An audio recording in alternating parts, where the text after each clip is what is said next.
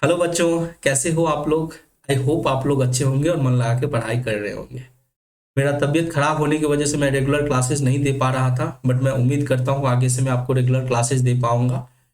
तो हम लोग क्लास 11th अकाउंट्स में एक नया चैप्टर शुरू कर रहे हैं आज। Source document and voucher, origin of transaction, source document and voucher. इस चैप्टर में दो पार्ट हैं, सोर्स डॉक्यूमेंट और दूसरा अकाउंटिंग वाउचर।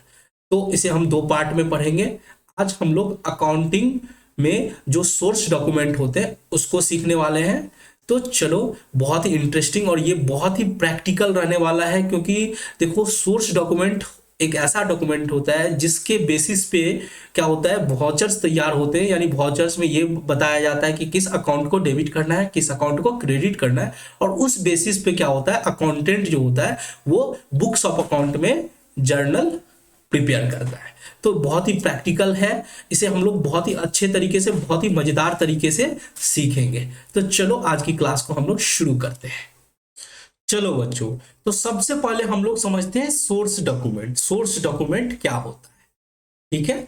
चलो, आप जाते हो बाजार एक कंप्यूटर खरीदने, ठीक है। तो क्या करते हो, आप अंकल को पेमेंट करते हो, तो आपको कंप्यूटर मिलता है, साथ में कुछ डॉक्यूमेंट्स भी मिलते हैं, पेपर भी मिलते हैं, ठीक है। उसे हम क्या कहते हैं, उसे हम बिल्स कहते हैं, ठीक है। वो क्या होता है, बिल्स होता है। उसे फर्स्ट रिकॉर्ड बोला जाता है। उसे क्या बोला जाता है, फर्स्ट फर्स्ट रिकॉर्ड। तो वो जो होता है वो हमारे लिए सोर्स डॉक्यूमेंट होता है। सर, एक और एग्जांपल देके समझाओ। आप जाते हो बैंक पैसा जमा करने के लिए, तो आप क्या करते हो, एक फॉर्म होता है, डिपॉजिट फॉर्म, ठीक है, जिसे अकाउंटिंग के भाषा में पे इन स्लिप बोला जाता है। तो वो जो है फॉर्म, आप उसको फिल करते हो, उसमें सारा डिटेल्स डालते हो, ठीक है। और वो आप बैंक में कैशियर के पास जमा करते हो। तो बैंक कैशियर क्या करता है कि उसमें एक एक पार्ट में स्टाम्प मार के आपको वापस दे देता है, ठीक है। तो वो भी क्या हो जाता है, एविडेंस हो जाता है ट्रांजेक्शन का। तो जो एविडेंस ऑफ ट्रांजेक्शन होता है वही क्या कहलाता है, वो कहलाता है सोर्स डॉक्यूमेंट। सोर्स डॉक्यूमेंट को क्या बोला गया है, सोर्स डॉक्यूमेंट को बोला गया है first record of transaction. Source document को हम पहला रिकॉर्ड बोलते हैं। किसी भी बिजनेस ट्रांजेक्शन्स का पहला रिकॉर्ड होता है source document, first record of transactions, ठीक है। ये जो होता है वो एविडेंस के तरह काम करता है, यानी इसे एविडेंस के रूप में हम लेते हैं, ठीक है। सोर्स डॉक्यूमेंट को क्या बोला जाता है, एविडेंस बोला जाता है। एविडेंस ऑफ ए ट्रांजेक्शन और an event, evidence of an transactions and और इवेंट। आपको पता है कि बिजनेस में ट्रांजेक्शंस होते हैं और इवेंट होते हैं। सर, ट्रांजेक्शन तो समझ गए, जैसे गुड्स परचेज किए, गुड्स सोल्ड किए, ये हमारा ट्रांजेक्शन हो गया। इवेंट्स क्या होता है सर, उस ट्रांजेक्शन के अकरेंस की वजह से जो रिजल्ट आता है उसे हम इवेंट्स बोलते हैं। जैसे प्रॉफिट कैलकुलेट करना, क्लोजिंग इन्वेंट्री निकालना, क्लोजिंग स्टॉक निकालना, तो वो क्या हो जाता है, इवेंट्स हो जाता है, ठीक है। तो हमने क्या बोला कि सोर्स डॉक्यूमेंट जो है वो फर्स्ट रिकॉर्ड ऑफ ट्रांजेक्शंस है। इसे हम एविडेंस ऑफ ट्रांजेक्शन और इवेंट्स बोलते हैं, ठीक है। चलो, एक सोर्स डॉक्यूमेंट्स का आप लोग डिफिनीशन भी साथ में लिख लो। सोर्स डॉक्यूमेंट वो डॉक्यूमेंट होता है, source documents, source documents are the documents. Source document क्या होता है, एक डॉक्यूमेंट्स होता है जिसके बेसिस पे, on the basis of, on the basis of which transactions are recorded, जिसके बेसिस पे ट्रांजेक्शंस को रिकॉर्ड किया जाता है। On the basis of which transactions are recorded in books of account, are recorded in books of account. ये क्या हुआ sir, source document की ये इतनी बड़ी इंग्लिश की परिभाषा आपने क्या लिखा दी। देखो, सोर्स डॉक्यूमेंट एक डॉक्यूमेंट्स होता है। सोर्स डॉक्यूमेंट एक डॉक्यूमेंट्स है जिसके बेसिस पे, मैंने क्या बोला, जिसके आधार पर हम ट्रांजेक्शंस को रिकॉर्ड करते हैं, यानी आप अगर इसे हिंदी में बोले तो हम बोलेंगे सोर्स डॉक्यूमेंट के आधार पे बिजनेस की ट्रांजैक्शंस की रिकॉर्डिंग होती है। मैंने क्या बोला? सोर्स डॉक्यूमेंट्स के आधार पर, उसी को बेस मानकर बिजनेस ट्रांजैक्शंस की रिकॉर्डिंग होती है। बिजनेस ट्रांजैक्शंस की क्या होती है? रिकॉर्डिंग होती है। रिकॉर्डिंग होती है। अब आप समझो, आपने एक कंप्यूटर खरीदा था, आपने गया था दुकानदार से, आपने कंप्यूटर खरीदा, वो आपको बिल्स दिया, ठीक है। तो वो क्या किया होगा कि वो बिल्स का एक कॉपी अपने पास रखा होगा, क्योंकि आप वहां पे कंप्यूटर आप खरीद रहे हो, तो वो सामने वाला जो दुकानदार है वो कंप्यूटर आपको बेच रहा है, ठीक है। अब चूंकि वो आपको अकाउंटिंग की जरूरत नहीं है, क्योंकि आप बिजनेस नहीं कर रहे हो, आप अपने पर्सनल यूज के लिए उस कंप्यूटर को आप अपने घर पे लाए हो। बट दुकानदार जो है, वो जो बिजनेसमैन है, वो तो बिजनेस करता है, उसको तो उसकी अकाउंटिंग करने की जरूरत है, क्योंकि उसके पास आप जैसे एक कंप्यूटर खरीद के अपने घर ले आए, लेकिन वो तो रोज बहुत सारे कंप्यूटर्स बहुत सारे कस्टमर्स को बेचता होगा, तो उसकी अकाउंटिंग उसके लिए जरूरी होती है। तो वो कंप्यूटर बेचने का अकाउंटिंग करेगा अपने बुक में, ठीक है। तो वो कैसे करेगा? किस चीज को आधार मानेगा? कोई तो एक आधार होना चाहिए, तभी तो अकाउंटेंट रिकॉर्ड कर पाएगा।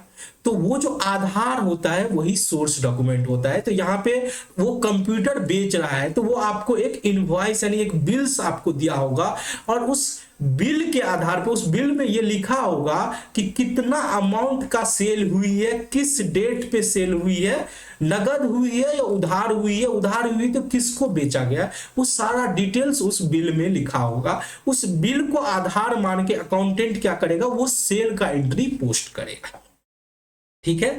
तो इसीलिए बोला गया है कि सोर्स डॉक्यूमेंट जो होता है वो फर्स्ट रिकॉर्ड होता है ट्रांजैक्शन का, उसे हम एविडेंस के रूप में मानते हैं, क्योंकि वो एक डॉक्यूमेंट्स होता है, ठीक है। और उस डॉक्यूमेंट में ये लिखा रहता है कि कितना अमाउंट से आपको उस ट्रांजैक्शंस को रिकॉर्ड करनी है, ठीक है। तो मैंने जो आपको डिफिनीशन लिखाया है वही लिखा है कि सोर्स डॉक्यूमेंट एक डॉक्यूमेंट्स होता है जिसके बेसिस पे ट्रांजैक्शन की रिकॉर्डिंग की जाती है बुक्स ऑफ अकाउंट में, ठीक है।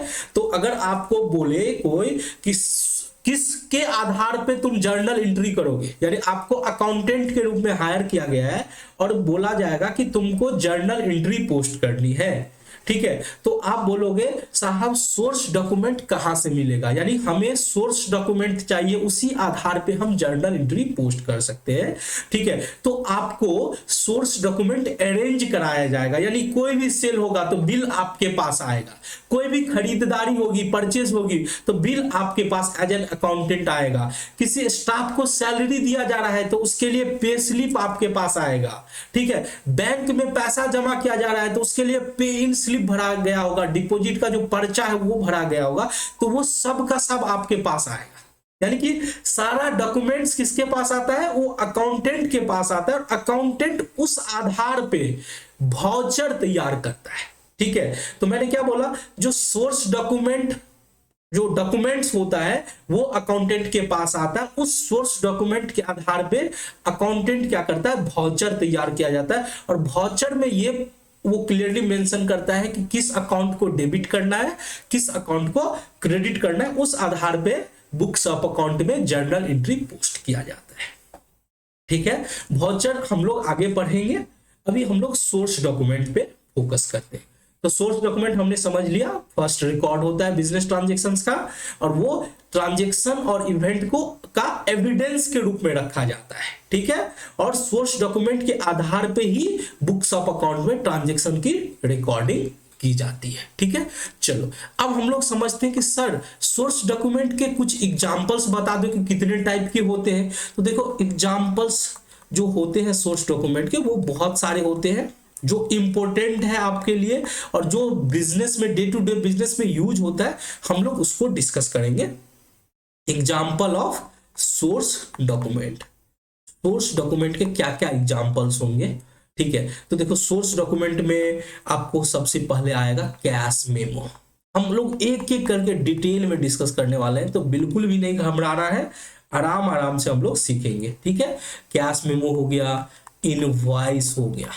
क्या हो गया सर? इनवॉइस को ही बिल्स बोलते हैं क्या? बिल्कुल जी हाँ, इनवॉइस को ही बिल्स बोला जाता है, ठीक है।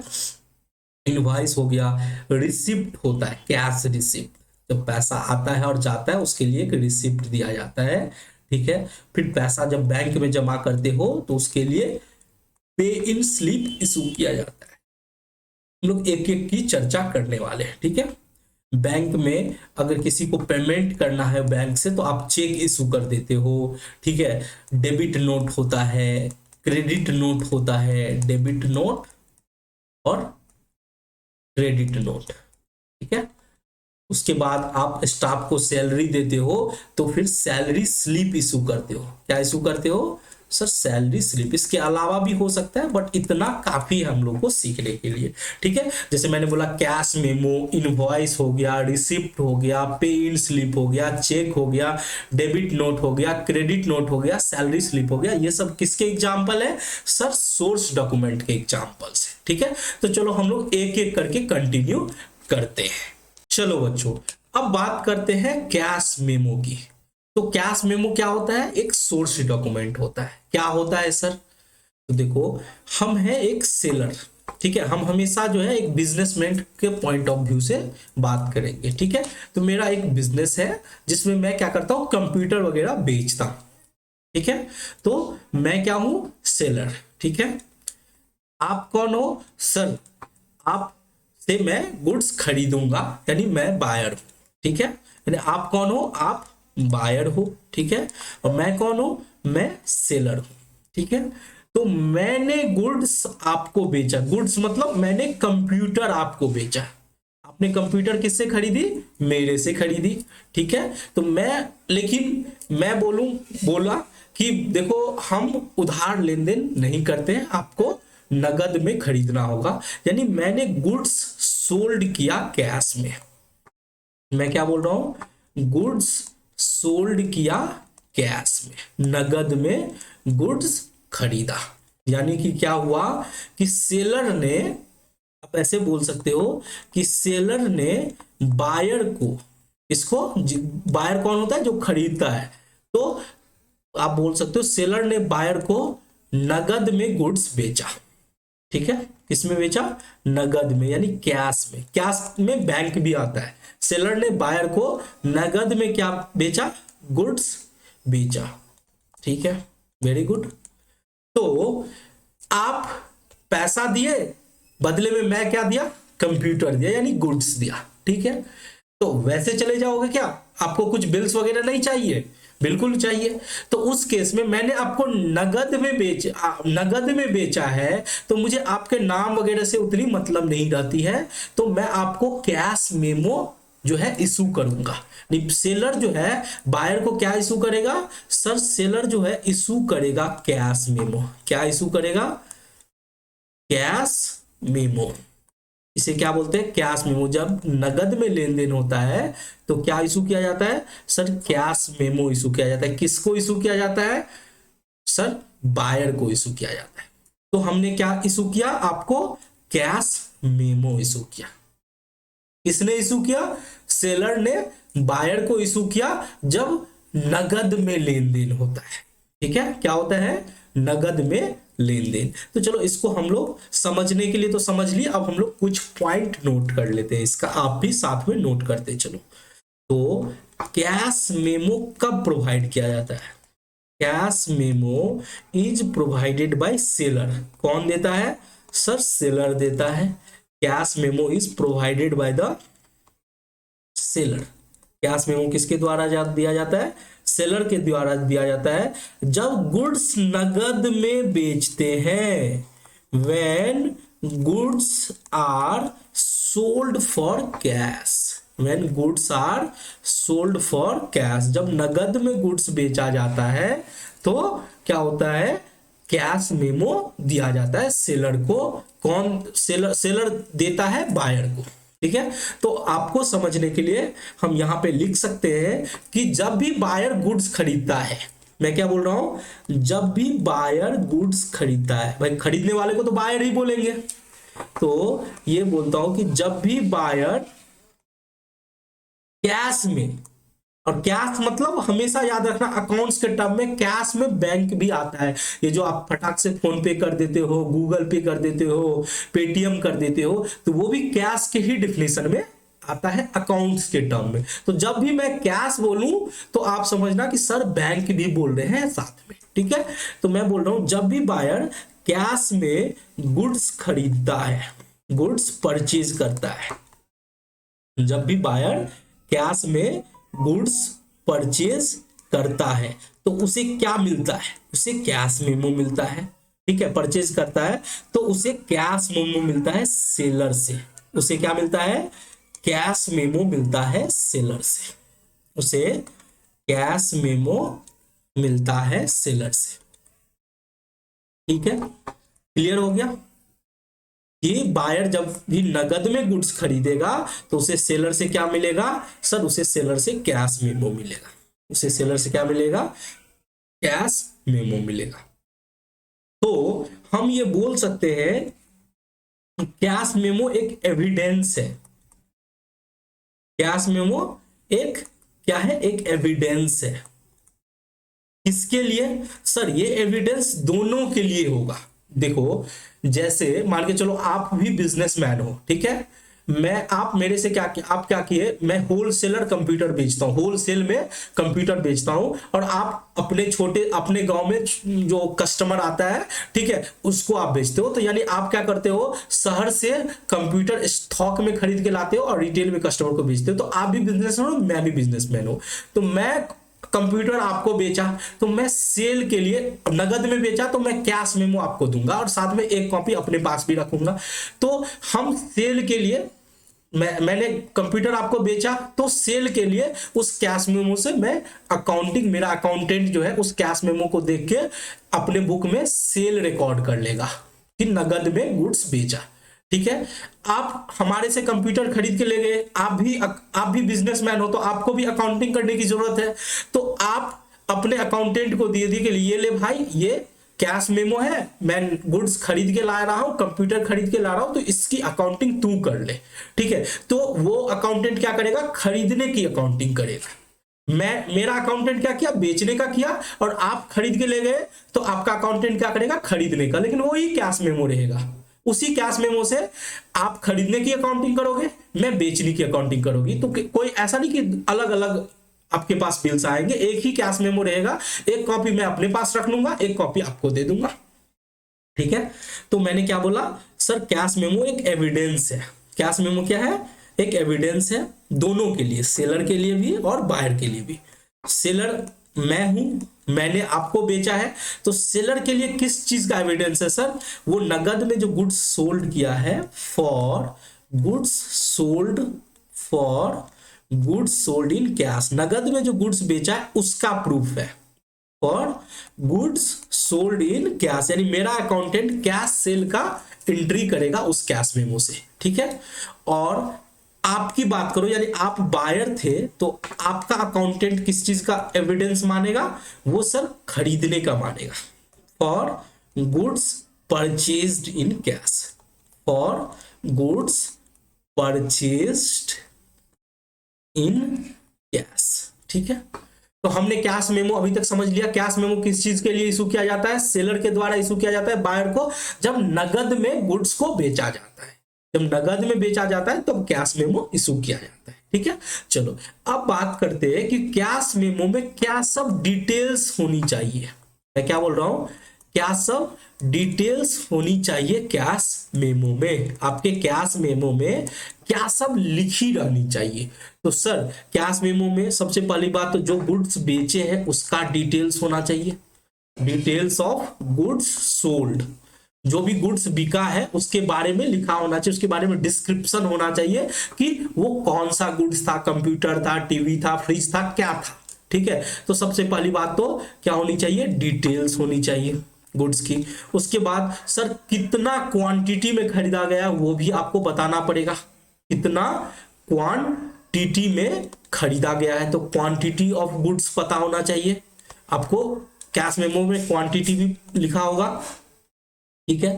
रेट क्या था ईच आइटम का, हर एक आइटम का क्या रेट था वो भी लिखा होना चाहिए। ठीक है। फोर्थ बात करते हैं जीएसटी कितना लगा है। ठीक है, तो वो जीएसटी का भी डिटेल्स होना चाहिए और साथ में टोटल अमाउंट्स भी होनी चाहिए। साथ में क्या होनी चाहिए, टोटल अमाउंट्स भी होनी चाहिए। ठीक है, तो मैंने क्या बोला कि कैश मेमो में क्या सब रहेगा सर, गुड्स सोल्ड का डिटेल रहेगा कि कितना कौन सा गुड्स बेचे, कंप्यूटर फ्रिज नाम लिखा रहेगा, क्वांटिटी ऑफ गुड्स कितना मात्रा में बेचा गया है, रेट क्या है, जीएसटी क्या है कितना है, टोटल अमाउंट कितना है। तो ये सब बातें यानी डिटेल्स रहेगी कैश मेमो में। ठीक है, चलो अब हम लोग कैश मेमो का फॉर्मेट देख लेते हैं कि कैश मेमो किस तरह से प्रैक्टिकल में जब आप अकाउंटिंग करोगे, ठीक है, तो कैश मेमो आपको किस तरह से दिखेगा। ठीक है, तो कैश मेमो में सबसे पहले रहता है सीरियल नंबर, इसे हिंदी में बोला गया प्रमाणक नंबर, इसे हम इंग्लिश में बोलते हैं सीरियल नंबर। ठीक है, 1 2 3 4 इस तरह से जितना सेल होते जाएगा उसका नंबर बढ़ते जाएगा। ठीक है, इसमें आपको कस्टमर का जिसको भी गुड्स बेचा जाता है कैश में उसका नेम रहता है। ठीक है, फिर आप गुड्स बेच रहे हो तो आपको अपना गुड बिजनेस का नाम, ठीक है, और वो बिजनेस कहाँ पे है उसका एड्रेस, नाम और एड्रेस, बिजनेस का नेम और एड्रेस ये आपको देखने को मिलेगा। ठीक है, बिजनेस के पॉइंट ऑफ व्यू से हम लोग टेलीफोन नंबर भी दे देते हैं, टेलीफोन नंबर, क्योंकि अगर मान के चलो कस्टमर को कोई दिक्कत हुआ या कुछ और भी उसे खरीदना है तो वो डायरेक्ट हमसे कांटेक्ट कर सकता है। ठीक है, और जिस डेट को सेल होता है वो डेट लिखा रहता है।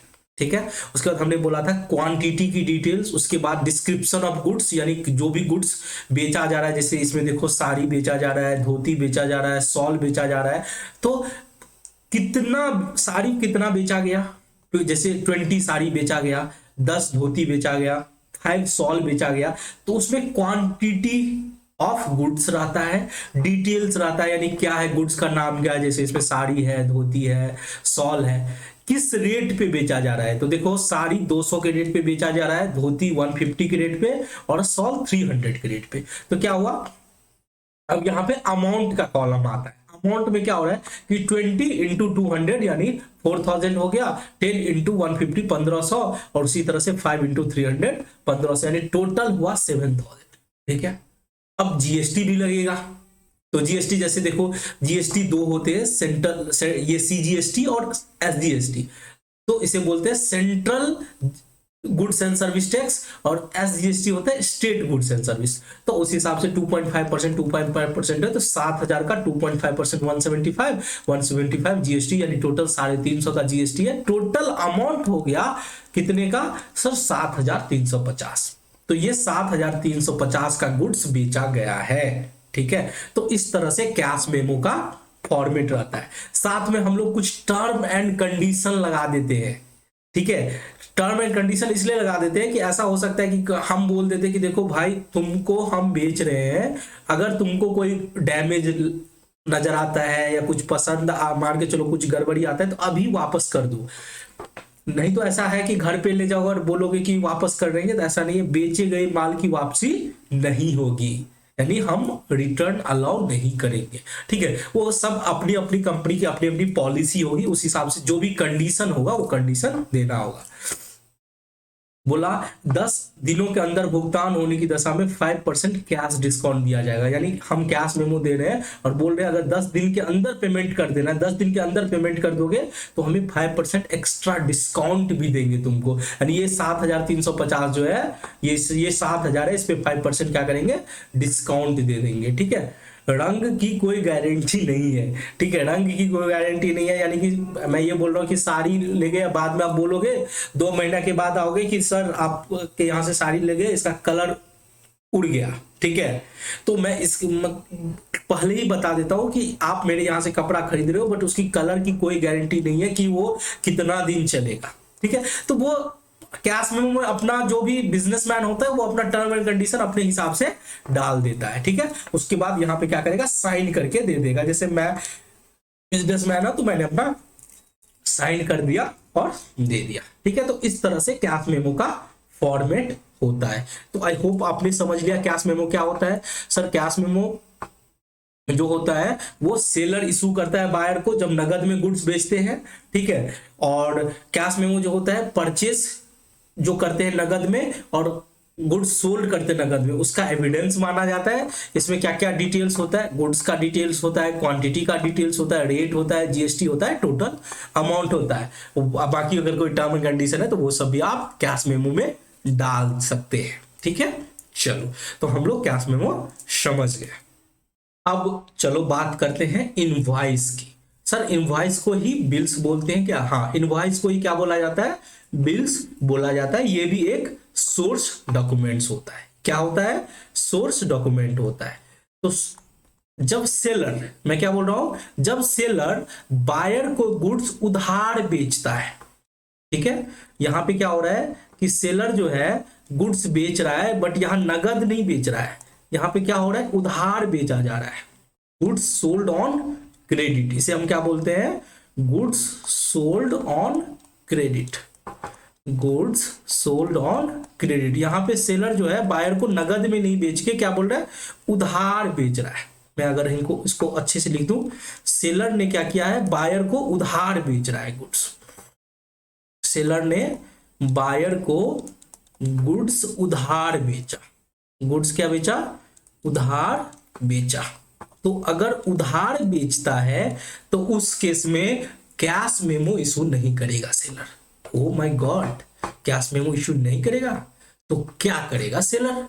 सर उस केस में सेलर जो है वो बायर को इशू करेगा इनवॉइस। सेलर क्या इशू करेगा? सर सेलर जो है वो इशू करेगा इनवॉइस। इनवॉइस, ठीक है।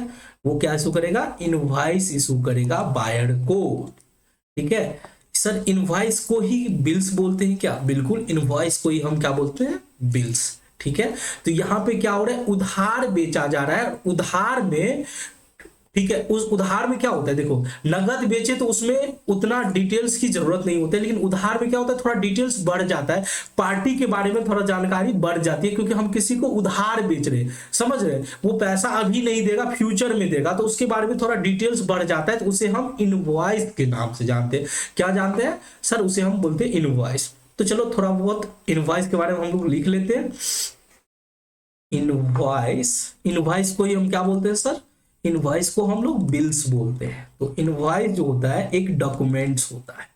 Invoice bills is a document. Very good, एक डॉक्यूमेंट्स है जो किसके द्वारा प्रिपेयर किया जाता है? सर ये तो सेलर प्रिपेयर करता है। प्रिपेयर किया जाता है by the seller. Prepare by the seller. किसको दिया जाता है?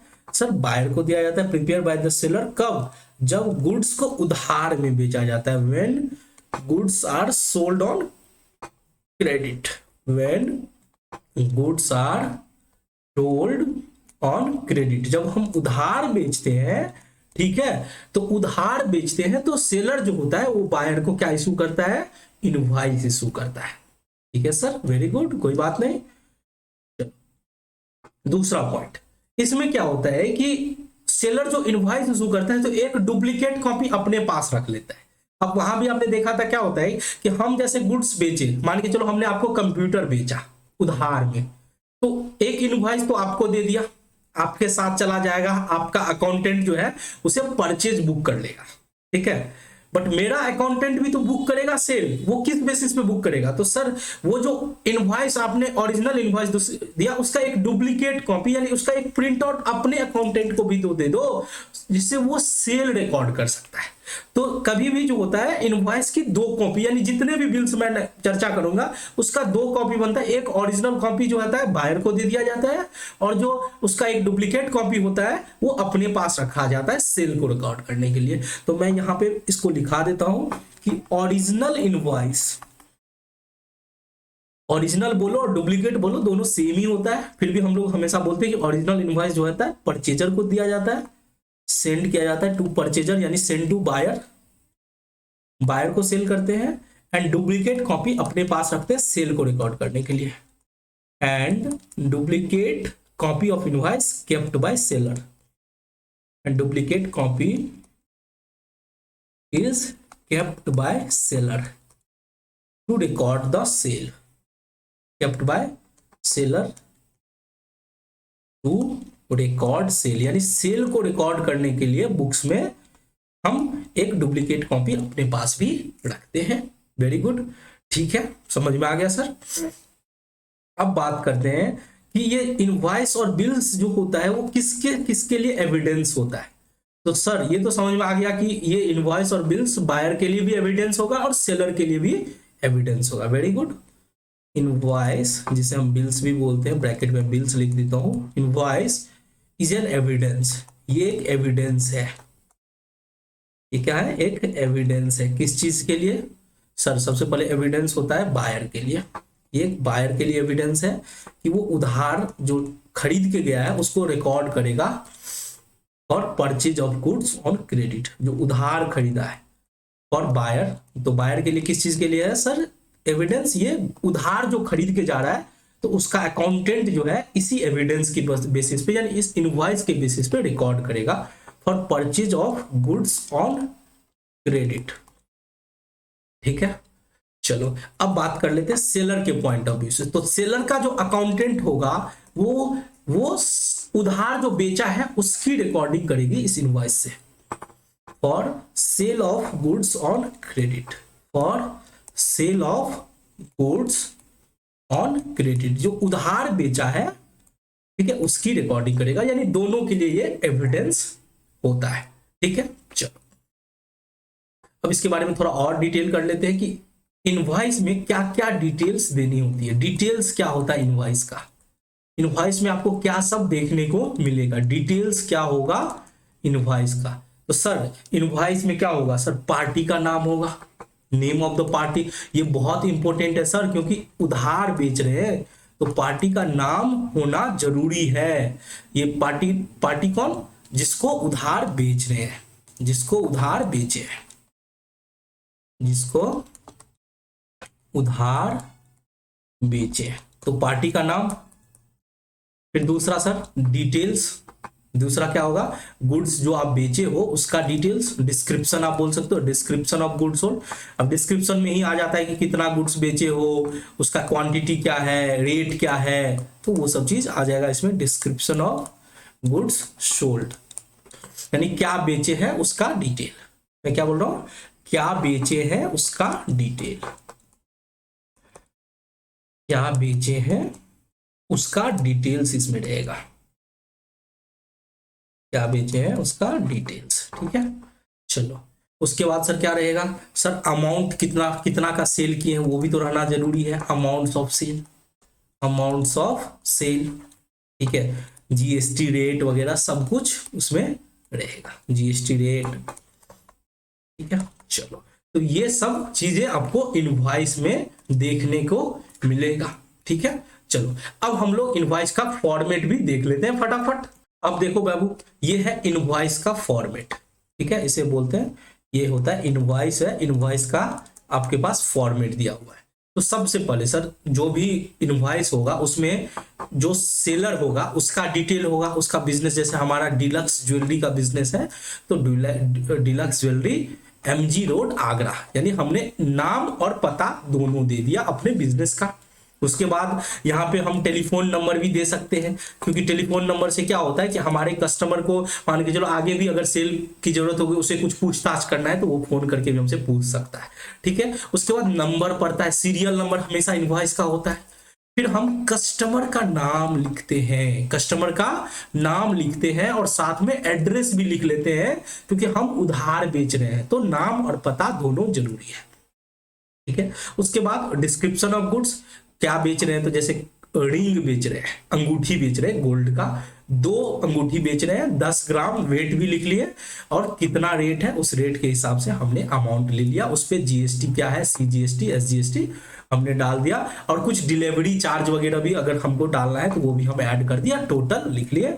इस पे हम अपना साइन डाल दिए, साइन जो भी होता है वो अपना साइन कर दिए, और हमने अमाउंट को जो है वर्ड्स में भी लिख दिया, और अगर कुछ टर्म एंड कंडीशन है तो वो भी हम यहाँ पे डाल सकते हैं। ठीक है, तो वो इस तरह से इनवॉइस दिखता है। आप देखोगे तो कैश मेमो और इनवॉइस में कोई खास अंतर नहीं है। बस यह होता है कि यहाँ पे कस्टमर का नाम अच्छे से लिखा होना चाहिए।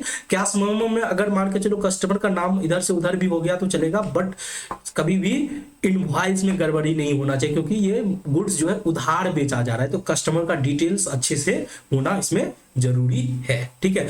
आप वैसे ये इनवॉइस में जीएसटी नंबर वगैरह मिसिंग है तो कस्टमर का जीएसटी नंबर भी डालना जरूरी होता है। कस्टमर का क्या डालना जरूरी होता है? जीएसटी नंबर भी। तो ये सब आपको डिटेल्स देखने को मिलेगा इनवॉइस, इसी के बेसिस पे आप रिकॉर्ड करोगे। जैसे अगर हम डीलक्स ज्वेलर के अकाउंटेंट हैं तो हम क्या करेंगे? सेल रिकॉर्ड करेंगे। ठीक है। और जो हम ये राजीव बंसल मान के चलो अगर बिजनेसमैन है, वो अकाउंटेंट उसकी अकाउंटेंसी बुक में वो परचेज रिकॉर्ड करेगा। तो इस तरह से हम इनवॉइस की रिकॉर्डिंग करेंगे गुड्स उधार बेचने में और उधार खरीदने में। ठीक है। अब हम लोग नेक्स्ट बात करते हैं कैश रिसिप्ट। कैश रिसिप्ट क्या होता है? तो देखो, जब सेलर को कस्टमर से पैसा मिलता है, सेलर को क्या मिलता है? कस्टमर से पैसा मिलता है, तो वो कैश रिसिप्ट इशू करता है। क्योंकि देखो, कस्टमर पैसा दिया तो इसका कोई प्रूफ तो होना चाहिए, कोई एविडेंस तो होना चाहिए।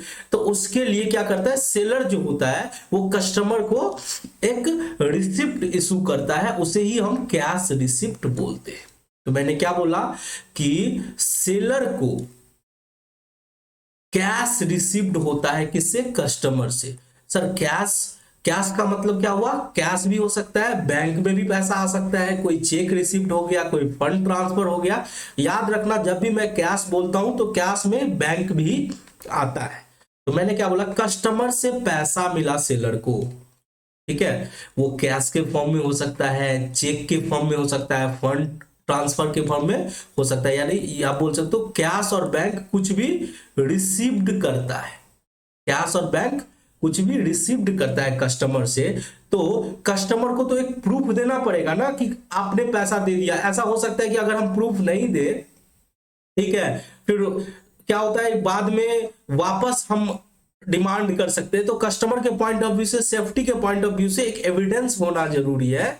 इसलिए क्या होता है कि सेलर यहां पे इशू करता है। सेलर क्या करता है? इशू करता है कैश रिसिप्ट, इशू करता है कैश रिसिप्ट। सर किसको इशू करता है? कस्टमर को इशू करता है।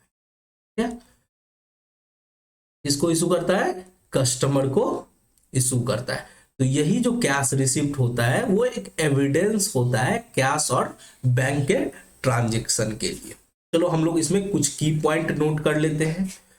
व्हेन कैश और cheque is receive from a customer, when cash और चेक, कैश भी मिल सकता है, चेक भी हो सकता है, बैंक ट्रांसफर भी होता है।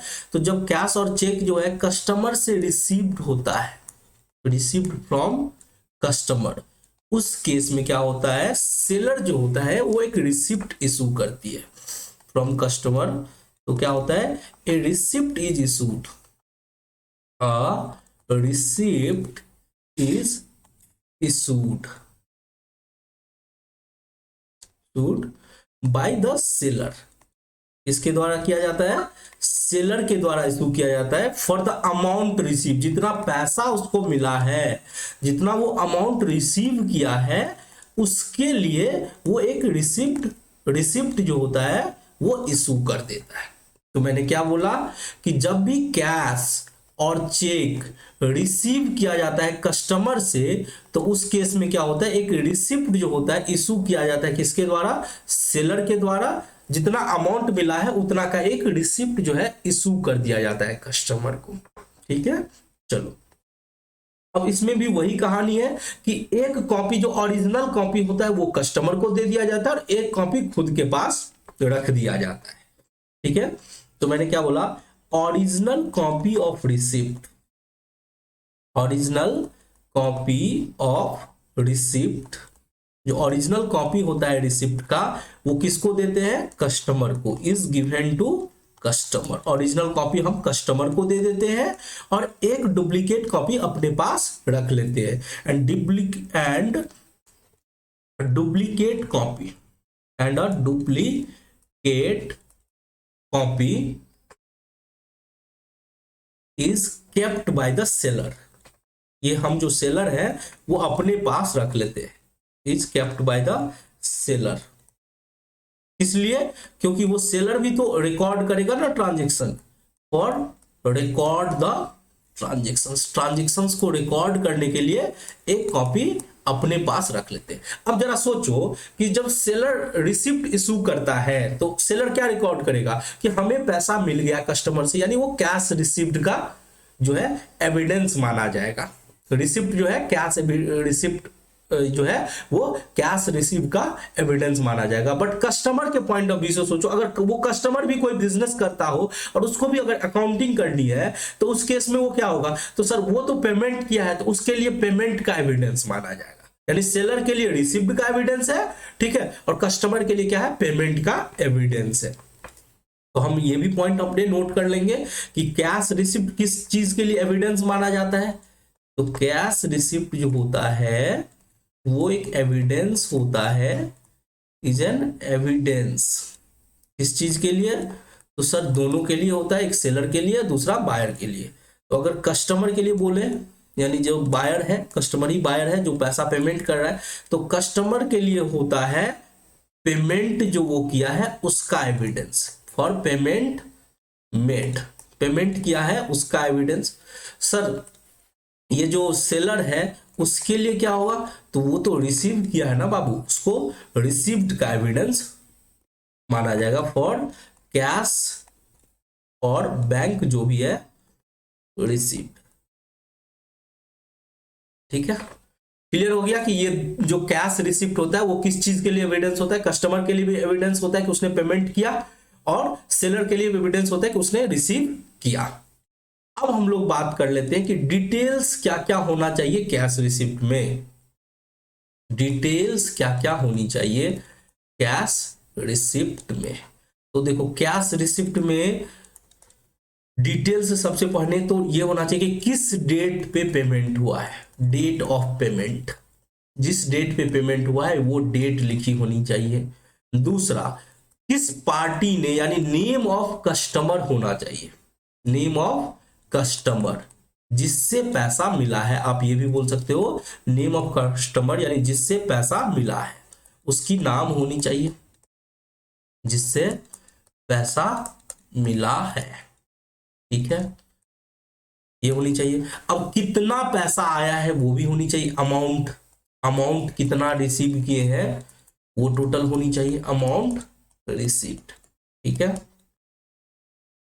और चौथा नेचर ऑफ पेमेंट, ये क्या होता है सर, अब किस मोड में आया है, नगद में आया है या चेक के थ्रू आया है या बैंक ट्रांसफर के थ्रू आया है, वो भी डिटेल होनी चाहिए। मैं क्या बोल रहा हूँ, नेचर ऑफ पेमेंट यानी कैश में आया है, चेक में आया है या फोन पे कर दिया, बैंक ट्रांसफर कर दिया, ठीक है, तो वो डिटेल होनी चाहिए।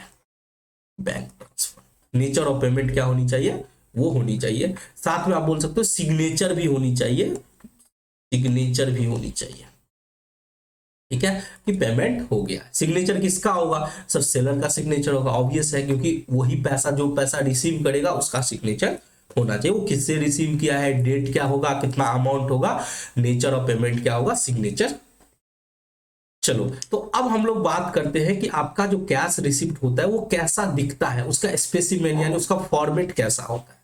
तो देखो, जैसे कि ये सेलर का नाम है महावीर मेडिकल स्टोर, इसको पैसा मिला है, ये कौन है, सेलर है। ठीक है, तो वो अपना एड्रेस दे देगा, नाम दे देगा, वो हेडिंग में रहेगा। ठीक है, उसके बाद जिस डेट को पेमेंट आया है वो डेट, मोबाइल नंबर तो आजकल नॉर्मल हो गया है देना, सीरियल नंबर रहता है कि कितना सीरियल नंबर, कितना पैसा आया है, मतलब कितना सीरियल नंबर का मतलब होता है कि 1 2 3 4 इस तरह से सीरियल नंबर होता है कि आज फिनेंशियल ईयर के हिसाब से सीरियल नंबर मेंटेन होता है, तो ये कौन सा नंबर है पैसा रिसीव करने का कस्टमर से। ठीक है, अब received with thank from mister और मिसेज जो भी है, ठीक है, तो पैसा किससे आया है, मान के चलो राम ट्रेडर है कोई कस्टमर जो हमसे गुड्स खरीदा था उधार, अभी पैसा दे रहा है, ये कौन है, ये है कस्टमर। तो कस्टमर का नाम रहेगा, कितना पैसा आया है, किस अकाउंट में आया है, अगर अकाउंट में बैंक के थ्रू पैसा आता है तो किस अकाउंट में आया है, नगद आया है, चेक आया है, ड्राफ्ट आया है, कैसे आया है वो। और यहां पे मैंने क्या बोला, सेलर जो है, सेलर का क्या होगा, साइन हो जाएगा। ठीक है, तो इस तरह से आपका कैश रिसिप्ट दिखता है। जैसा कि मैंने बताया, देखो डेट ऑफ पेमेंट, ये आपको डेट ऑफ पेमेंट यहां पे मिल जाएगा।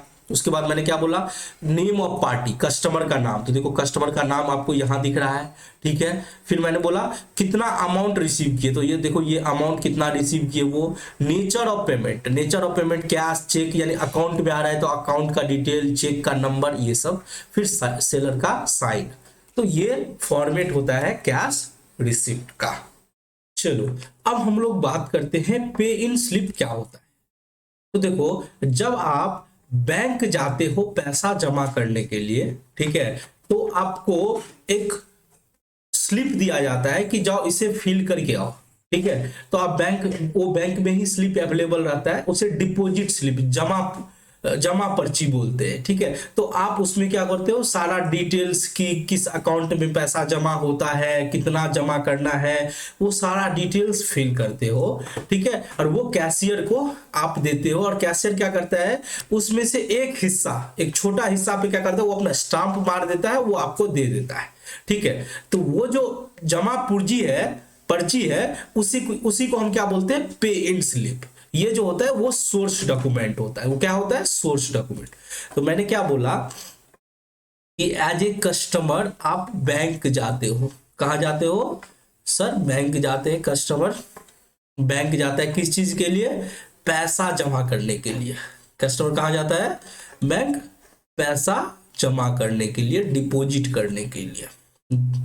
कस्टमर जाता है टू डिपॉजिट कैश और चेक, टू डिपॉजिट कैश जमा करने के लिए या फिर चेक वगैरह जमा करने के लिए। तो क्या होता है, उसे एक फॉर्म फिलअप करना पड़ता है। ठीक है, उसे फिल करना पड़ता है एक फॉर्म। उस फॉर्म को ही पे इन स्लिप बोलते हैं। उस फॉर्म को ही क्या बोलते हैं, पे इन स्लिप। ये क्या है सर, ये सोर्स डॉक्यूमेंट होता है। इसे हम क्या बोलते हैं, सोर्स डॉक्यूमेंट।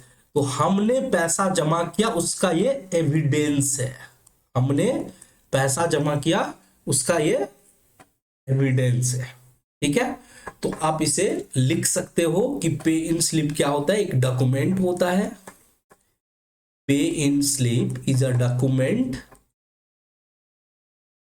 पे इन स्लिप इज अ डॉक्यूमेंट जो यूज होता है टू डिपॉजिट कैश, कैश को जमा करने के लिए यूज होता है। कैश और चेक भी बोल सकते हो, यूज टू डिपॉजिट कैश और चेक। ठीक है, कहां पे, बैंक में, इनटू द बैंक।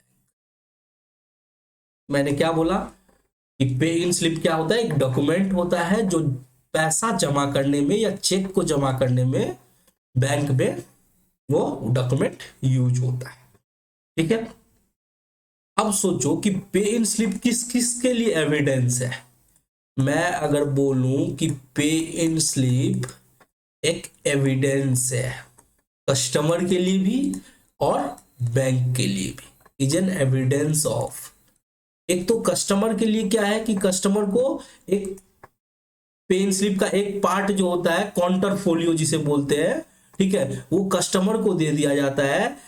ठीक है, वो सबूत है किस चीज का, कि कस्टमर ने पैसा डिपॉजिट कर दिया, डिपॉजिट कर दिया कैश और चेक, डिपॉजिट कर दिया कैश और चेक।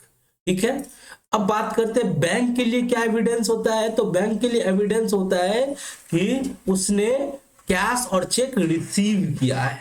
बैंक ने कैश और चेक क्या किया है, रिसीव किया है। ठीक है, तो ये दोनों के लिए हमेशा एविडेंस रहता है। ठीक है सर, पे इन स्लिप में क्या क्या इंक्लूड रहता है, उसका कंटेंट क्या रहता है, उसका डिटेल्स क्या रहता है, डिटेल्स क्या रहता है पे इन स्लिप। देखो इस पे एग्जाम के लिए उतना इंपॉर्टेंट नहीं है, बट आपको प्रैक्टिकल लाइफ में मैंने जितना सोर्स डॉक्यूमेंट बताया वो बहुत ही इंपॉर्टेंट है। आपको पता होगा कि इनवॉइस क्या होता है, बिल्स क्या होता है, कैश रिसिप्ट क्या होता है, पे इन स्लिप क्या होता है, चेक क्या होता है, तभी आप अकाउंटिंग कर पाओगे। ठीक है, तो ये जो होता है ना, वो ये आप बोल सकते हो कि आपका अकाउंटिंग करियर का ये चैप्टर जो है वो बिल्डिंग बेस है। ठीक है, हमने अपने करियर में, यानी मैं जब क्लास 11th में था तो ये चैप्टर हम लोगों ने पढ़ा भी नहीं था, क्योंकि क्या होता है कि टीचर लोग जो होते हैं वो इंपॉर्टेंस उसी चैप्टर को ज्यादा देते हैं जो जिसमें मार्क्स ज्यादा आता है, जिसमें एग्जाम में जो पूछे जाते हैं। बट एज ए टीचर मैं मानता हूं कि इंपॉर्टेंस सभी टॉपिक के लिए इंपॉर्टेंट उतना ही है, क्योंकि ये आपको जो करियर में अगर आप अकाउंटिंग की जर्नी में जाते हो तो ये चैप्टर आपको हेल्प करेगा कि प्रैक्टिकल अकाउंटिंग में हेल्प करेगा कि कैसे एक्चुअली अकाउंट की जाती है। क्योंकि जब मैंने सोर्स डॉक्यूमेंट की डिफिनीशन आपको बताया था तो उसी टाइम आपको बता दिया था कि सोर्स डॉक्यूमेंट के हेल्प से ही वाउचर तैयार किया जाता है और वाउचर से ही हम अकाउंटिंग करते हैं। तो ये बहुत ही इंपॉर्टेंट है प्रैक्टिकल अकाउंटिंग के लिए। ठीक है, तो डिटेल्स क्या क्या होना चाहिए पे स्लिप में? तो बाबू डिटेल्स होना चाहिए डेट, ठीक है, डेट रहेगा। दूसरा अमाउंट ऑफ कैश और चेक, कितना पैसा जमा किए हैं उसका डिटेल रहेगा, अमाउंट ऑफ कैश और चेक, तो डिपॉजिट करना है, अमाउंट ऑफ कैश और चेक टू बी डिपॉजिटेड। ठीक है भाई साहब, किस बंदे ने डिपॉजिट करने के लिए स्लिप में फॉर्म भरा है, तो नाम होगा डिपॉजिटर का कि कौन डिपॉजिट कर रहा है, नेम ऑफ डिपॉजिटर। फिर किस अकाउंट में पैसा जमा होना चाहिए, तो वो नेम ऑफ अकाउंट होता है जिसमें अमाउंट क्रेडिट होगा। नेम ऑफ अकाउंट, किस अकाउंट में पैसा जमा होगा, name of account in which amount credited, जिसमें अमाउंट क्रेडिट हो रखा है।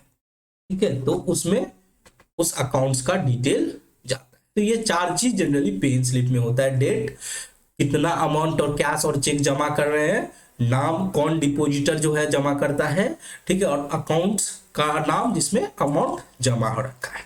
ठीक है, चलो अब हम लोग इसका फॉर्मेट देख लेते हैं फटाफट। देखो ये मैं स्टेट बैंक ऑफ इंडिया का डिपॉजिट स्लिप यानी पे इन स्लिप लेके आया हूं आपके सामने। ठीक है, मैंने बोला था कि दो पार्ट होता है, इसे हम बोलते हैं काउंटर फोलियो। ठीक है, इसे क्या बोलते हैं, काउंटर फोलियो। ये होता क्या है कि ये कस्टमर को दे दिया जाता है, कस्टमर को दे दिया जाता है, उसमें स्टाम्प मार के कि भाई तुम जाओ तुम्हारा पैसा जमा हो जाएगा। ठीक है, इसमें भी जो चीज इसमें भरते हैं ऑलमोस्ट सब कुछ उसमें भरते हैं, जैसे किस अकाउंट में पैसा जमा होगा, यहां भी आप अकाउंट नंबर डालते हो, यहां भी अकाउंट नंबर डालते हो, बैंक का कौन सा ब्रांच में पैसा जमा करने आप गए हो तो बैंक का ब्रांच, किस डेट पे कर रहे हो तो यहाँ भी वो डेट होता है। ठीक है, उसके बाद कितना अमाउंट जमा कर रहे हो, यहाँ भी आपको जो है कितना अमाउंट है उसका डिटेल होता है, इसमें पार्टी का नाम होता है। ठीक है, उसके अलावा ब्रांच का कोड नंबर वगैरह, पैन नंबर, अगर आपका 50,000 50,000 से ऊपर का अमाउंट है तो पैन नंबर का भी जरूरी होता है, मोबाइल नंबर होता है। तो ये सब चीज जो होता है भरा जाता है। आप देख सकते हो इसे पे इन स्लिप बोला जाता है, हिंदी में इसे जमा पर्ची बोलते हैं, जमा पर्ची। ठीक है, डिपॉजिट स्लिप, तो वो इस तरह से दिखता है। ठीक है, तो आई होप आप लोग कभी बैंक जाओगे तो और पैसा अगर जमा करना होगा तो आप इस तरह से फॉर्म भरोगे। ठीक है, इस तरह से जमा करोगे। चलो चलो अब बात करते हैं चेक।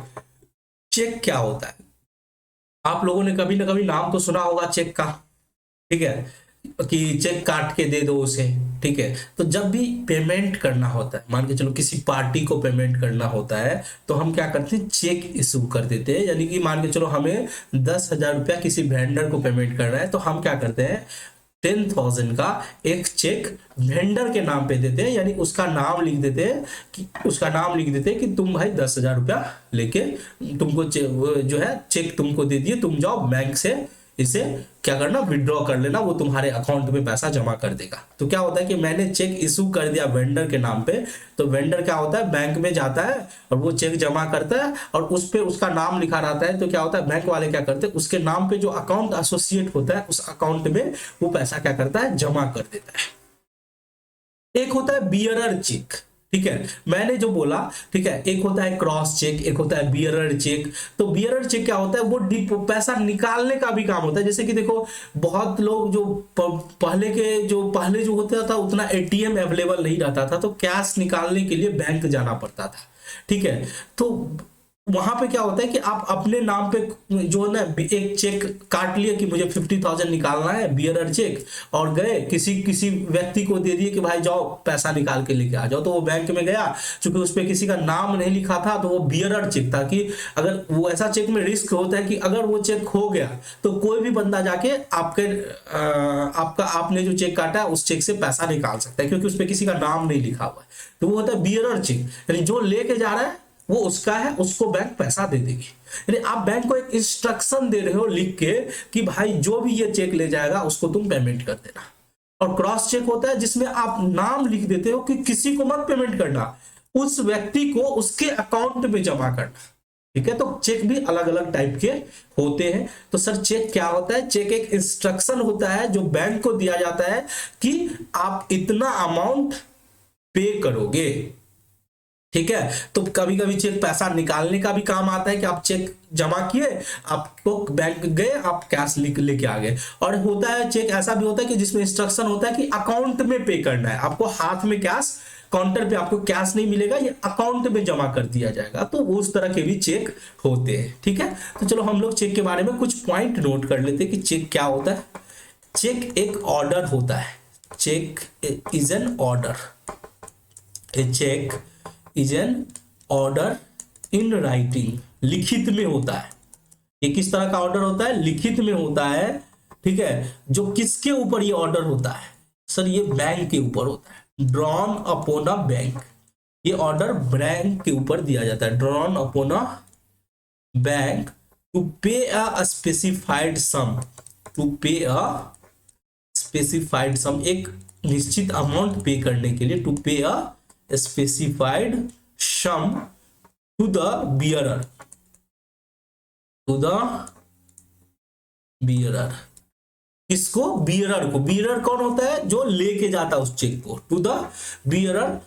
और एक तो होता है कि हम किसी का नाम ही नहीं लिखे, जो लेके जाएगा उसी को पेमेंट होगा, ठीक है, बैंक उसी को पेमेंट करेगी। या अगर हम पर्सन का नाम लिख देते हैं और the person named in it, जिसपे पर्सन का नाम लिख दिए, तो अब पर्सन का नाम लिख दिए तो उसी पर्सन को मिलेगा जिसका नाम लिखा हुआ है, ठीक है। तो नाम लिख के देना वो ज्यादा अच्छा होता है, क्योंकि देखो कभी कभी ऐसा होता है कि चेक कहीं गलती से खो गया, लॉस्ट हो गया, तो अगर नाम नहीं लिखेगा और किसी अनजान व्यक्ति को मिल गया और अगर वो चाहे तो वो आपका पैसा बैंक से निकाल सकता है, ठीक है। ठीक है सर, अब बात कर लेते हैं कि टाइप ऑफ चेक क्या होता है, कितने टाइप के चेक हो सकते हैं। तो देखो चेक तो बहुत टाइप के होते हैं, बट जो कॉमन है, जो हम लोग रेगुलर यूज करते हैं, वो होता है एक तो बियरर चेक होता है। बियरर चेक मतलब जो लेके जाएगा उसको पेमेंट मिलेगा। एक होता है क्रॉस चेक, क्रॉस कर देते हैं, ठीक है। तो ये सेफ चेक होता है, ठीक है। क्रॉस चेक में पर्सन का नाम लिखा रहता है। और एक सेल्फ चेक होता है, एक सेल्फ चेक होता है कि यानी हम खुद ही जा रहे हैं पैसा जमा करने के लिए, ठीक है। चलो, तो चेक क्या होता है सर, चेक एक ऑर्डर होता है जो राइटिंग में लिख के देते हैं बैंक को कि आप फलाने व्यक्ति को या जो ये चेक लेके जा रहा है यानी बियरर को आप पेमेंट करोगे। तो बियरर चेक होता है, क्रॉस चेक होता है, सेल्फ चेक होता है, ठीक है। चलो अब बात करते हैं कि चेक किस तरह का दिखता है। तो मैं आपके सामने में एक चेक लेके आया हूं सेंट्रल बैंक ऑफ इंडिया का। सेंट्रल बैंक ऑफ इंडिया का ये चेक है। इसमें जैसे देखो जिस दिन चेक काटा जाएगा उस दिन का डेट रहेगा, ठीक है। अब जैसे अगर मैं बोलूं कि रमेश को पेमेंट करना है तो मैं यहाँ पे लिख दूंगा रमेश, ठीक है। अगर मान के चलो हम ये रमेश नहीं, किसको बियरर, जो अगर नाम नहीं लिख देते हैं, केवल बियरर जो भी जाएगा वो पेमेंट करेगा, तो वो लिख देंगे। कितना अमाउंट पे करना है, रुपीज मान के चलो मैं बोलता हूँ 50,000, ठीक है। तो यहाँ पे आपको लिखना पड़ेगा 50,000, FIFTY 50,000, इस तरह से आपको लिखना पड़ेगा। और आपको साथ में अमाउंट भी लिख के देना पड़ेगा, यानी कि आपको अंक में भी और शब्द में भी, यानी डिजिट में भी और आपको वर्ड में भी लिख के देना पड़ेगा, ठीक है। उसके बाद इनिशियल आपको साइन करना पड़ता है, उसके अलावा अकाउंट नंबर भी वगैरह देना पड़ता है या लेजर फोलियो, ये सब देना पड़ता है। ये सब वैसे ऑलरेडी लिखा हुआ रहता है, ठीक है। चलो, तो ये था चेक का फॉर्मेट। तो चेक समझ गया। चेक क्या होता है सर? एक इंस्ट्रक्शन होता है जो बैंक को दिया जाता है कि आप सामने वाले को पेमेंट करोगे, तो उसे हम क्या बोलते हैं? चेक बोलते हैं। चलो, अब हम लोग सीखते हैं डेबिट नोट और क्रेडिट नोट। थोड़ा ये कॉम्प्लिकेटेड टॉपिक होता है, जो जनरली आपको जर्नल चैप्टर के बाद समझ में आएगा, ठीक है, बट जर्नल चैप्टर के बाद भी हम इसको सीखेंगे। अभी हम लोग थोड़ा सा ऊपर से इसका अंडरस्टैंडिंग लेता है कि डेबिट नोट क्या होता है, क्रेडिट नोट क्या होता है, ठीक है। चलो, आप सेलर हो, ठीक है, आप कौन हो? सेलर हो, ठीक है। एक मैं इसे बना देता हूं बायर, ठीक है। सेलर हुआ ए और बायर हुआ बी, ठीक है। अब सेलर ने गुड्स बेचा बायर को। सेलर क्या करता है? सेल करता है। बायर क्या करता है? खरीदता है। तो यहां पे क्या हो रहा है कि सेलर गुड्स को बेच रहा है। सेलर क्या कर रहा है? बायर को गुड्स बेच रहा है, गुड्स सोल्ड कर रहा है, गुड्स सोल्ड किया, ठीक है। अब जब गुड्स सोल्ड करता है, ठीक है, तो इसमें जो होता है वो क्या करता है? बायर, जिसे अगर उधार बेचते हैं तो उसे हम डेटर को डेबिट करते हैं और सेल्स को क्रेडिट करते हैं। तो चूंकि डेबिट क्रेडिट हम लोग अभी तक नहीं सीखे हैं, तो जस्ट अभी हमको ये समझना है कि जब सेलर गुड्स सोल्ड करता है बायर को, अब यहां पे क्या होता है कि कुछ गुड्स ऐसा होता है कि डिफेक्टिव मिलता है, ठीक है। डिफेक्टिव यानी खराब, ठीक है, या आप बोल सकते हो रॉन्ग प्रोडक्ट। हमने बोला था कुछ और उन लोगों ने, सेलर ने कुछ और भेज दिया। या ऐसा हो सकता है कि ओवर प्राइस्ड है। ओवर प्राइस्ड का मतलब क्या होता है? दाम उसने ज्यादा, जितना हमने बात किया था उससे ज्यादा उसने चार्ज कर लिया। उस केस में क्या होगा कि सर अगर ऐसा है तो बायर क्या करेगा? अगर कोई डिफेक्टिव है, रॉन्ग प्रोडक्ट है, तो बायर क्या करेगा? वो गुड्स को रिटर्न कर देगा सेलर को। गुड्स क्या करेगा सर? रिटर्न कर देगा। यहां पे बायर क्या हो रहा है कि गुड्स को रिटर्न कर रहा है। अब जरा सोचो कि जब बायर ने गुड्स खरीदा था तो वो एंट्री क्या किया था, ठीक है। अब एंट्री पे आपको चाप नहीं लेना है, परचेज अकाउंट को डेबिट किया था, ठीक है, और सेलर को क्रेडिट किया था, जो उसके लिए क्रेडिटर था क्योंकि उसने उधार खरीद रखा था, अभी वापस कर रहा है। तो वो जो क्रेडिट किया था अब उसे वो डेबिट करेगा। उसके लिए ये जो गुड्स रिटर्न कर रहा है उसके लिए ध्यान से सुनना, यहां पे बायर क्या हो रहा है कि गुड्स जो रिटर्न कर रहा है साथ में वो डेबिट नोट इशू कर रहा है। वहां साथ में क्या कर रहा है? डेबिट नोट इशू किया जा रहा है बायर को। बायर के द्वारा डेबिट नोट इशू हो जा रहा है, किया जा रहा है, issued by buyer, issued by buyer to seller. कि उसमें जो भी गुड्स रिटर्न किया जा रहा है उसका सारा डिटेल्स वो लिख के देता है कि हमने फलाना गुड्स इतना इतना का गुड्स हमने खरीदा था, ये डिफेक्टिव मिला, हम आपको वापस कर रहे हैं। उसके लिए वो क्या कर रहा है? डेबिट नोट इशू कर रहा है। आई होप समझ में आ गया कि सेलर ने गुड्स बेचा, उसमें से कुछ डिफेक्टिव मिला, रॉन्ग प्रोडक्ट मिला, ओवर प्राइस मिला, तो बायर क्या कर रहा है? उसको वापस कर रहा है, उस गुड्स को रिटर्न कर रहा है सेलर को, ठीक है। तो सेलर को रिटर्न कर रहा है तो गुड्स के साथ साथ वो एक डॉक्यूमेंट्स भी भेजता है, गुड्स के साथ साथ वो एक डॉक्यूमेंट्स भी भेजता है जिसे हम बोलते हैं डेबिट नोट, ठीक है। तो बायर ने गुड्स रिटर्न किया, साथ में वो डेबिट नोट भी भेज दिया कि भाई साहब हम ये गुड्स भेज रहे हैं, साथ में हम आपको डेबिट कर रहे हैं। देखो डेबिट कर रहे हैं यानी पहले क्या किया था? जब गुड्स खरीदा था तो उसको क्रेडिट करके रखा था, purchase account debit to creditor. अब वो बोल रहा है कि हम इतना से जो गुड्स वापस कर रहे हैं आपको डेबिट कर रहे हैं, ठीक है। उसमें सारा details, description of goods return, जो भी गुड्स रिटर्न किया उसका सारा डिटेल्स वो देता है, ठीक है। अब बताओ, जब गुड्स पहुंचा सेलर के पास, गुड्स सेलर के पास पहुंचा, वो डिफेक्टिव गुड्स सेलर के पास पहुंचा, तो सेलर का भी तो कुछ जिम्मेदारी बनेगा कि नहीं बनेगा? सर सेलर का क्या जिम्मेदारी बनेगा कि वो गुड्स जो रिटर्न हुआ है उसको अप्रूव करे। क्या करे? अप्रूव करे। Approve of goods return by customer. Return by आप बोल सकते हो बायर या कस्टमर, जो भी बोलना है आप बोल सकते हो, रिटर्न बाय बायर।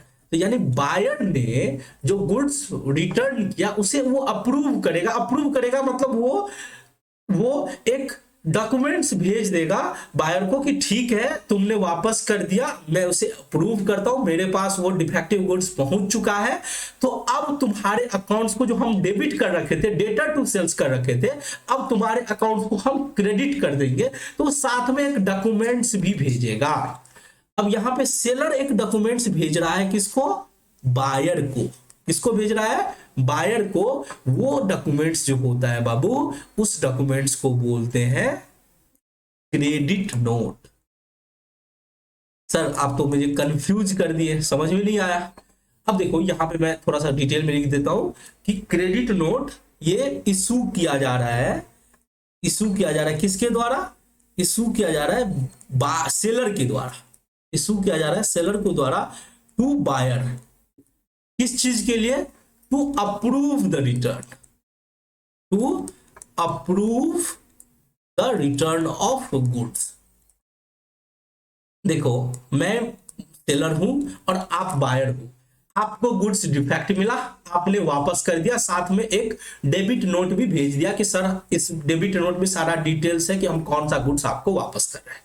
ठीक है, अब मेरे पास आया वो गुड्स, तो मुझे भी तो भेजना पड़ेगा एक डॉक्यूमेंट्स कि भाई मेरे पास पहुंच चुका है गुड्स, और जो हम तुमसे पाते थे, क्योंकि हम तुमको उधार बेचे थे तभी तो तुम वापस किया है, तो हम तुमसे पाते थे उसको हम कम कर देंगे, यानी वो जो तुम्हारा डेबिट बैलेंस मेरे बुक में था उसको हम क्रेडिट कर देंगे। तो सेलर क्या करता है कि अप्रूव कर देता है गुड्स रिटर्न को, और साथ में एक क्रेडिट नोट, एक डॉक्यूमेंट भेजता है जिसे हम क्रेडिट नोट बोलते हैं। तो क्रेडिट नोट किसके द्वारा इशू होता है? सर सेलर के द्वारा इशू होता है बायर को। ठीक है, बट अभी जो मैंने बताया बस हमने इतना बताया कि डेबिट नोट कब इशू होता है? बायर इशू करता है जब वो गुड्स रिटर्न करता है सेलर को। क्रेडिट नोट कब इशू होता है? तो जब वो रिटर्न किया गुड्स जब सेलर के पास पहुंच जाता है, तो उसको अप्रूव करने के लिए, यानी पार्टी को बताने के लिए कि हमारे पास तुम्हारा डिफेक्टिव गुड्स पहुंच चुका है और हम तुम्हारा अकाउंट्स को कम कर देंगे, यानी जो डेबिट बैलेंस था उसको क्रेडिट करेंगे। तो सेलर क्या करता है? क्रेडिट नोट इशू कर देता है। ठीक है, बट इसमें थोड़ा प्रैक्टिकलिटी है, जर्नल एंट्री वगैरह है, तो वो हम अभी नहीं सीखने वाले हैं। जब जर्नल एंट्री चैप्टर हम लोग, इसके बाद जो हम लोग चैप्टर पढ़ेंगे रूल्स ऑफ डेबिट क्रेडिट, उसके बाद जर्नल पढ़ेंगे, तो उसमें हम लोग अच्छे से सीखेंगे। प्रॉमिस करता हूं कि मैं कोई भी टॉपिक स्किप नहीं करूंगा, और दूसरा ये भी प्रॉमिस करता हूं कि भले ही सिलेबस हम लोग का लेट चल रहा है, बट आपका एग्जाम से पहले मैं सिलेबस कंप्लीट करूंगा, ये भी मैं साथ में प्रॉमिस करता हूं आपको। ठीक है, चलो तो हमने समझ गया डेबिट नोट क्रेडिट नोट क्या होता है। अब थोड़ा सा इसके बारे में हम लोग लिख लेते हैं कि डेबिट नोट होता क्या है और क्रेडिट नोट होता क्या है। डेबिट नोट, तो देखो डेबिट नोट क्या होता है? जब गुड्स रिटर्न करते हैं सप्लायर को, व्हेन द सप्लायर कौन? Seller. When the goods are return to supplier, जब गुड्स सप्लायर को रिटर्न किया जाता है, सप्लायर कौन? Sir seller. सेलर ही तो सप्लायर होता है। तो जब गुड्स रिटर्न किया जाता है सप्लायर को, तो उस केस में एक स्टेटमेंट इशू होता है। A statement is issued. किसके द्वारा इशू होता है? बायर के द्वारा। बायर इशू करता है किसको? सर सप्लायर को, यानी सेलर को। Issued by buyer to seller, उसी को हम बोलते हैं debit note, which is known as debit note, which is known as debit note. मैंने क्या बोला? मैंने बोला कि जब गुड्स जो है रिटर्न किया जाता है सेलर को यानी सप्लायर को, तो एक स्टेटमेंट इशू किया जाता है बायर के द्वारा सेलर को, जिसे हम डेबिट नोट बोलते हैं। चलो अब बात करते हैं क्रेडिट नोट की। अब किसकी बात करते हैं? Credit note. तो ये भी क्या होता है? क्रेडिट नोट होता है सप्लायर के द्वारा इशू किया जाता है। तो ये भी एक स्टेटमेंट होता है। क्या होता है सर? एक स्टेटमेंट होता है जो सेंड किया जाता है by the seller, send by the seller. ये सेलर सेंड करता है किसको? बायर को, to buyer to approve the return of goods. Goods को रिटर्न जो हुआ है उसको अप्रूव करने के लिए, to approve the return of goods by customer. Customer ने जो गुड्स वापस किया उसको अप्रूव करने के लिए कौन इशू करता है? Credit note. वो क्रेडिट नोट सेलर इशू करता है। ठीक है, चलो अब हम लोग फटाफट डेबिट नोट और क्रेडिट नोट दोनों का फॉर्मेट देख लेते हैं। हमने डेबिट नोट और क्रेडिट नोट समझ लिया कि कौन इशू करता है। डेबिट नोट इशू किया जाता है बायर के द्वारा, क्रेडिट नोट इशू किया जाता है सेलर के द्वारा। अब हम लोग फॉर्मेट की चर्चा कर लेते हैं। अब देखो डेबिट नोट का फॉर्मेट आप लोग, सर डेबिट नोट में सबसे पहले क्या होता है कि जो कंपनी है जो वापस कर रही है गुड्स, यानी हम बायर की बात कर रहा हूं, ठीक है, तो बायर जो है वो अपना नाम लिखेगा, डेबिट नोट किसको भेज रहा है, तो मेसर्स एसवीपीडी पब्लिकेशन, ये कौन है सर, सेलर है, सेलर को भेज रहा है डेबिट नोट और बोल रहा है कि हम आपके अकाउंट को डेबिट कर रहे हैं। क्यों डेबिट कर रहे हैं, क्योंकि हम आपको वापस कर रहे हैं। जब हमने आपसे खरीदा था तो हम आपके अकाउंट को क्या किया था, क्रेडिट किया क्या, तो खरीदने का क्या एंट्री होता है, परचेज अकाउंट डेबिट, ये हमने सीखना है नेक्स्ट क्लास में। तो परचेज अकाउंट डेबिट टू जो भी पार्टी जो सेलर होता है, ठीक है, तो सेलर करते हैं। अब उस टाइम में जब खरीदे थे तो क्रेडिट किए थे, अब हम बोल रहे हैं हम आपका अकाउंट को डेबिट कर रहे हैं क्योंकि हम आपको आपके गुड्स को वापस कर रहे हैं। 10 बुक हम आपको रिटर्न कर रहे हैं जो बैडली डैमेज हो गया था, उसका दाम इतना है। और हमारा जो अकाउंटेंट है या मैनेजर है वो क्या करता है, अपना साइन करके दे देता है, डेट भी डाल देता है और कहाँ से है, मतलब हम हमारा जो एड्रेस है वो हमारा एड्रेस भी लिख देते हैं कि हम इस एड्रेस से हम आपके गुड्स को रिटर्न किए। अब जरा सोचो कि हमने यहाँ से गुड्स रिटर्न कर दिया, साथ में डेबिट नोट लगा दिया कि हम आपके अकाउंट को डेबिट कर रहे हैं, तो जब वो सेलर के पास पहुंचेगा तो उसकी भी तो जिम्मेदारी होती है कि वो पहली बात तो वो एक्सेप्ट करे कि वो गुड्स रिटर्न उसके पास मिल चुका है और वो एक डॉक्यूमेंट्स भेज दे कि हमको आपकी गुड्स मिल गई है और हम आपके अकाउंट्स को क्रेडिट करें, क्योंकि हमने डेबिट किया तो वो क्या करेगा, क्रेडिट करेगा। ठीक है, अब यहां पे देखो क्रेडिट नोट, ये क्रेडिट नोट कौन इशू करता है, सर सेलर इशू करता है। तो ये जो नाम होगा वो सेलर का होगा, ठीक है, सबसे ऊपर में जो नाम होगा वो सेलर का होगा, वो अपना एड्रेस दे देगा, नंबर डेट वगैरह दे देगा, और ये जो यहाँ पे जो होगा वो बायर का नाम होगा। ठीक है, बायर का नाम होगा और हम बोल रहे हैं कि हम क्रेडिट कर रहे हैं आपका अकाउंट। जब हम सेल किए थे तो क्या एंट्री किए थे, जब हम सेल किए थे तो हम डेटर को डेबिट किए थे, डेटर यानी डेटर जो कस्टमर है हमारा, जो हमारा बोल सकते हो बायर है, तो हमने बायर को डेबिट किया था और टू सेल्स किया था जब हम उधार बेचा था उसको। अब वापस आ रहा है तो हम इस पार्टी को क्या करेंगे, क्रेडिट करेंगे, we are crediting your account. हम बोल रहे हैं कि हमारे पास इतना का रिसीव हो गया है तो हम तुम्हारा अकाउंट क्रेडिट कर रहे हैं। ठीक है, देखो मुझे पता है कि आपको एटलीस्ट ये पता चल गया होगा कि डेबिट नोट क्या होता है, क्रेडिट नोट क्या होता है। डेबिट नोट पर बायर के द्वारा इशू किया जाता है जब वो गुड्स वापस करता है। क्रेडिट नोट अप्रूव करने के लिए कि तुम्हारा गुड्स मेरे को मिल गया है एज ए सेलर, ठीक है, और हम तुम्हारा अकाउंट को क्या करें, क्रेडिट कर रहे हैं। ठीक है, अब जहां तक सवाल है डेबिट और क्रेडिट का, थोड़ा सा आप लोगों ने रूल्स अभी तक पढ़ा नहीं है तो आपको दिक्कत होगा, बट मैं ट्रस्ट देता हूं कि आप लोगों को जब जर्नल चैप्टर पढ़ेंगे तो आप डेबिट नोट और क्रेडिट नोट अच्छे से सीख लेंगे। देखो ये डेबिट नोट क्रेडिट नोट जो होता है बड़ा टेक्निकल होता है। आज जब आप प्रैक्टिकल अकाउंटिंग करते हो, तो मैंने जब सीए कोर्स कंप्लीट किया था तब तक मुझे अच्छे से पता नहीं था कि डेबिट नोट क्या होता है, क्रेडिट नोट क्या होता है। ठीक है, मैंने अच्छे से समझ नहीं रखा था। तो आपको समझना है कि डेबिट नोट कौन इशू करता है, क्रेडिट नोट कौन इशू करता है, उसके कब इशू किया जाता है। तो ये सब चीज बहुत अच्छे से ध्यान रखना है और प्रैक्टिकल अकाउंटिंग में ये बहुत काम आता है। ठीक है, तो चलो हम लोगों ने डेबिट नोट क्रेडिट नोट अच्छे से सीख लिया है। ठीक है, चलो अब हम लोग बात करते हैं सैलरी स्लिप। सैलरी स्लिप क्या होता है, तो सर सैलरी स्लिप क्या होता है, सैलरी स्लिप होता है कि जब आप अपने स्टाफ को पेमेंट करते हो, सैलरी देते हो, तो साथ में एक डॉक्यूमेंट भी इशू करते हो जिसे सैलरी स्लिप बोलते हैं। ठीक है, तो जब सैलरी आता है तो साथ में उसका एक स्लिप आता है, तो वो इस तरह से दिखता है, सैलरी स्लिप फॉर्मेट, कंपनी का नाम रहता है कि ये कंपनी का नाम है। ठीक है, तुम्हारा जो भी एम्प्लॉय है उसका नेम होगा, किस बैंक में पैसा जाएगा, उसने कंपनी किस दिन ज्वाइन की थी, डेट ऑफ ज्वाइनिंग, उसका पीएफ अकाउंट नंबर, उसका लोकेशन, उसका कौन सा डिपार्टमेंट है। जैसे मैं फाइनेंस डिपार्टमेंट में हूँ तो फाइनेंस रहेगा, मेरा नाम पुष्पक है तो अगर मुझे सैलरी जब मिलता है तो पुष्पक नाम लिखा रहेगा। मेरा कौन सा बैंक में पैसा जाता है, तो जैसे एचडीएफसी होता है तो एचडीएफसी में पैसा आएगा, किस दिन मैंने कंपनी ज्वाइन किया था उसका डेट होगा, मेरा पीएफ का अकाउंट नंबर होगा, मेरा एड्रेस होगा। वो इस तरह से बाकी भी रहता है, कितना दिन काम किया है, डेजिग्नेशन क्या है, जैसे असिस्टेंट मैनेजर, मैनेजर जो होता है, बैंक अकाउंट नंबर होता है। ठीक है, एलओपी डे, लॉस ऑफ पे, एलओपी होता है लॉस ऑफ पे, यानी बीच में कभी आप छुट्टी ले लिए और वो छुट्टी आपका अप्रूव नहीं हुआ तो आपका सैलरी काट लिया जाएगा, ये सब चीज रहता है। अब सैलरी का भी डिटेल होता है कि बेसिक कितना है, एचआरए कितना है, स्पेस में स्पेशल अलाउंस कितना है, यानी सैलरी का जो होता है ना वो आपका बाइफरकेशन दिया हो रहा था। आपको उतना डिस्कस, आपको उतना डिटेल में करने की जरूरत नहीं है। बस मैंने बता दिया कि सैलरी स्लिप भी जो होता है वो एक क्या होता है, सोर्स डॉक्यूमेंट होता है। क्या होता है, सोर्स डॉक्यूमेंट होता है।